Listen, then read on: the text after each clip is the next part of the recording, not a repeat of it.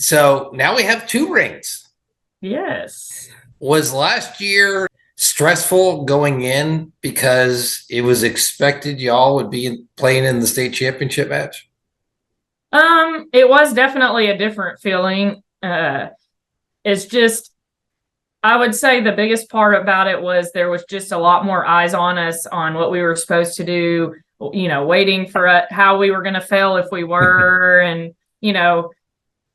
one of the situations when we, lost a couple of games early on in preseason, of course, you're talking about, 4 or 5A schools, but still like how we were able to respond to those times and things like that. And so I just felt like the eyes were on us even more than, the first year people thought we were going to win and that kind of thing. But having done it and then not losing anything, there was even just more eyes on us. And so once it was official, once that match point was done and you guys were 2-time defending champs, what was the moment like for you?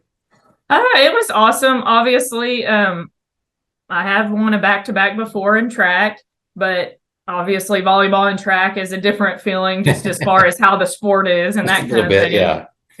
But, just knowing the accomplishment of getting to do that, I have many friends that have won state titles, but not very many of them have won back-to-back. And Jeff Coker is one of my good friends, and he always gives me a hard time about, he's won more state titles than me, but he's like, I've never been able to do it back-to-back. And so, just knowing how special that is to be able to do that is a big deal for sure. What's it like in the small community of Blum to have this notoriety?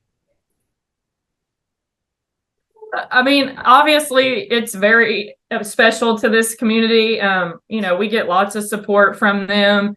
They are behind us. I don't know how many texts and messages and stuff I've already got, about people ready for the season to get started and,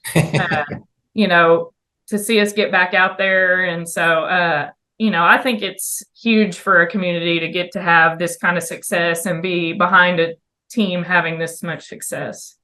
What's it like to be working with Jeff Sanders?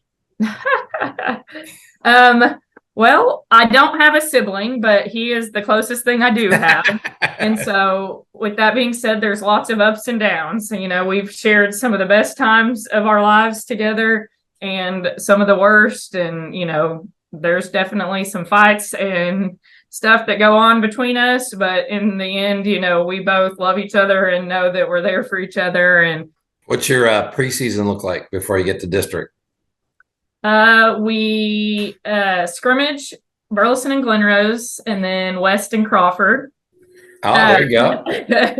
And then Grandview and Alvarado we open with, and we're going to the Brock tournament, which is a new tournament, and then Burleson again, Glenrose, Robinson, West, Godley tournament, Godley, Springtown, Crawford, China Spring, Glenrose, Brock, Troy, Salado, that's a new one for us, Fort Worth Paschal, and Ovila Christian. So what are you going to tell the girls going into the first day of practice? The first thing is we've got to get the girls to believe, that they can accomplish the same things these programs before them have wanted to. And, the goal is always the same.